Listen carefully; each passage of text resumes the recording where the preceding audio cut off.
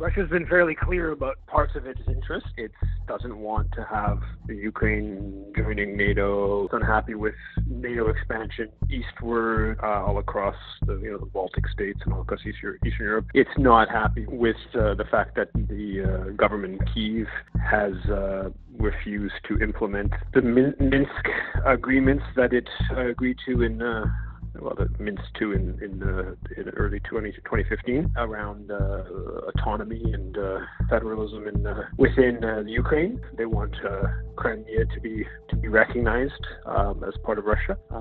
Russia views the Ukraine as, or certainly the east of the Ukraine, as an area that's long been part of Russia in one sense or another, whether the Russian Empire or the USSR. But for the perspective of Washington and Ottawa, I think the unfortunate reality is that what they see this conflict as is a way to weaken Russia, and so they're happy to have the Ukraine fight Russia to have essentially Ukrainians die as part of a way to weaken Russia, and that's a long-standing American geostrategic outlook going back to the end of the USSR.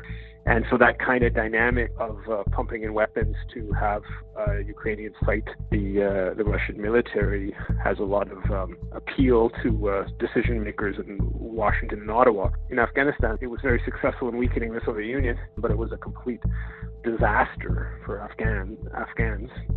Huge numbers died, and fighting continued on, and they ultimately won. But what did they win? And I think some of that same kind of thinking has to take place with regards to Ukraine. Is that let's just say, for the sake that Ukrainians they could win.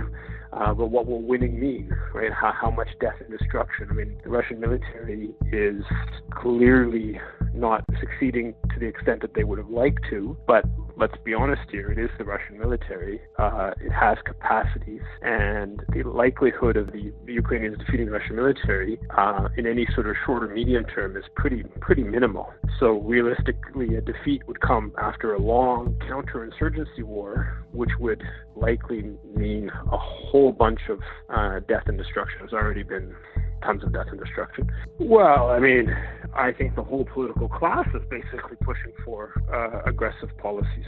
The Harper government supported a movement that overthrew the elected government in the Ukraine. There was opposition protesters, according to the Canadian press, opposition protesters that were based in the Canadian embassy in Kyiv for more than a week.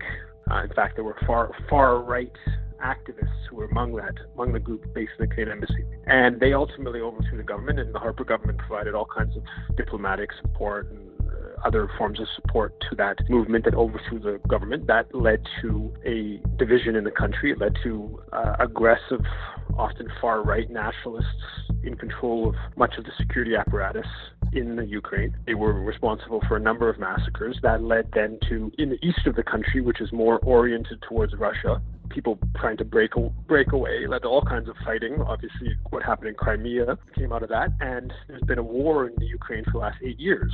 More than 14,000 people have died in that war. The Canadian government has been involved in this process the whole way through, their whole Operation Unifier to build up the Ukrainian military. So there's, on one hand, the Canadian government has been building up the Ukrainian military, putting weapons in, putting all kinds of training support. And the other side, they haven't been putting any pressure on the government to implement the Minsk Accords to bring an end to the conflict in the East. So we've been supporting a government that's refusing to fulfill these negotiated agreement that the United Nations Security Council adopted. They were negotiated by France and Germany, were the main players. And so that's why we've been doing that, in part, is because we see the Ukraine as sort of a proxy to fight Russia. The whole Liberal government, the Conservatives have been pressing them to send more weaponry.